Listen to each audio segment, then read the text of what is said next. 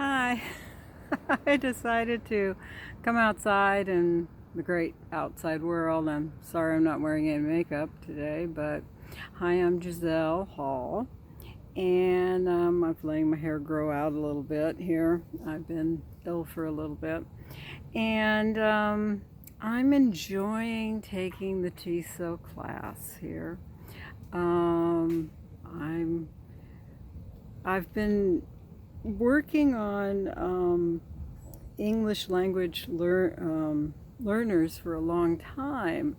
Ever since I was a teenager, I had friends from the International District because I come from Seattle, and I was always helping people who came from the Vietnam War area, and they came into Seattle and they were learning English. And so a lot of my friends were from Vietnam and Korea and Laos and other areas from there, and they were trying to learn very much English. And so I had a lot of international friends.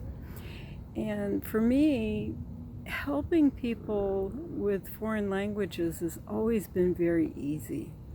I've always enjoyed it immensely.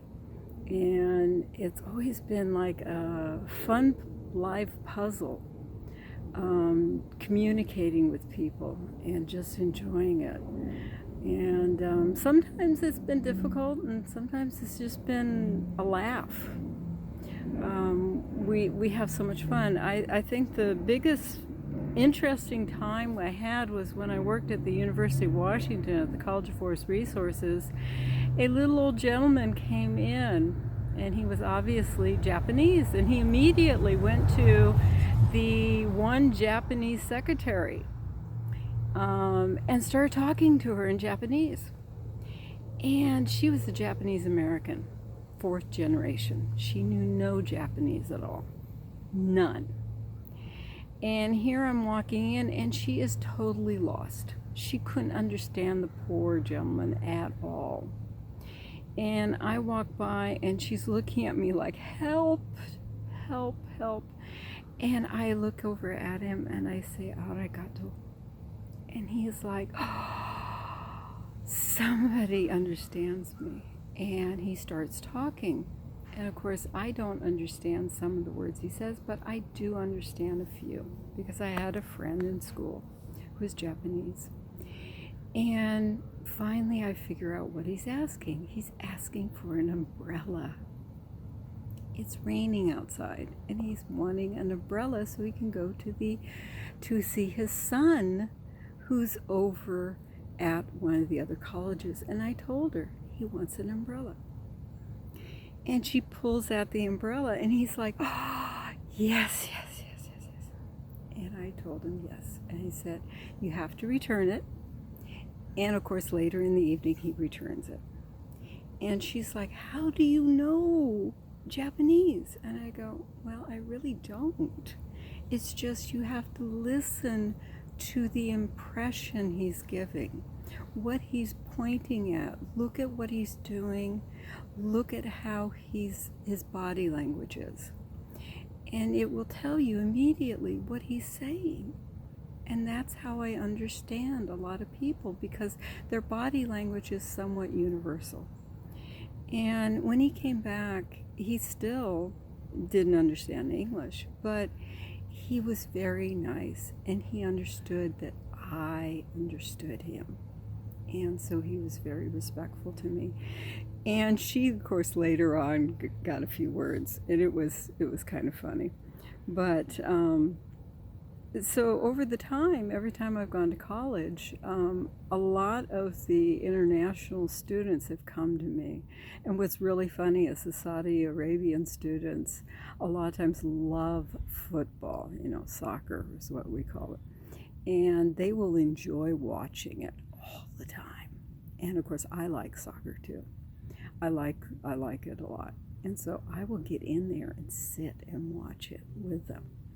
And normally women don't, it's a no for women, but they look at me differently because they think I'm more like a guy or a grandma. So a lot of times I'll start talking to them about soccer on the side. And sooner or later they kind of treat me like I'm one of the guys. And so it gets funny when a new one shows up and they go, hey, there's a woman sitting there. And the other guys are like, no. She's a he. She's a he. Because I'll comment, and it's like, oh yeah, that guy's doing great, that guy's doing fantastic. And they really like it because I get into what they're doing, and I try to appreciate what they're doing so that they understand that I understand them. And I do try to understand where they're coming from so that they understand where I'm coming from. And in that way, I'm able to teach them English. I'm able to teach them where they are at. Because in America, we don't have just one type of English. It is a variety. And if you're in Seattle, you're going to learn what's in Seattle. If you're here in Florida, it's going to be what's in Florida. So teaching them that there's a variety everywhere. It's not the same thing. And that's one of the biggest things that it's hard for foreign students coming over, because they look at the United States and think, oh, it's just one little country. And then they come over and they go, oh, it's huge. It's so big. It's just so many things. And it dawns on them that it's not just one little thing. We're like a bunch of little countries all together. It just happens to be we're united under one idea. And we're not just one single people. We take in everybody. And that's a unique little idea here. That's not the same in other countries. Other countries have it where you're this people and you're that people and you're this people. But we're not. We're everybody. We're unique, everybody. And so that's a difficult concept for them, because we accept them too. And so this is somewhat difficult for them. And so trying to explain it to them and help them along is fun, because they realize, hey, I'm part of it too. And that's kind of unique to them. Kind of like my lime tree here. See, this is my lime tree, which is next to my lemon tree, right there. They're kind of unique, because my lemon tree is supposed to be key lime. And it is. It's a key lime tree. And I'll pull one off. This is a key lime. Okay. Now this key lime is supposed to only be this big. That's a key lime. That's what you cook, and that's what you have a pie in. But strangely enough, I get key limes this big and bigger. This is an everberry key lime. It gets huge. It's unique. It produces big limes big enough for the store. It used to produce huge ones. And I'll probably find one today in there, at least 5 or 6 of them. It overdoes itself. It's unique. Florida produces fantastic limes.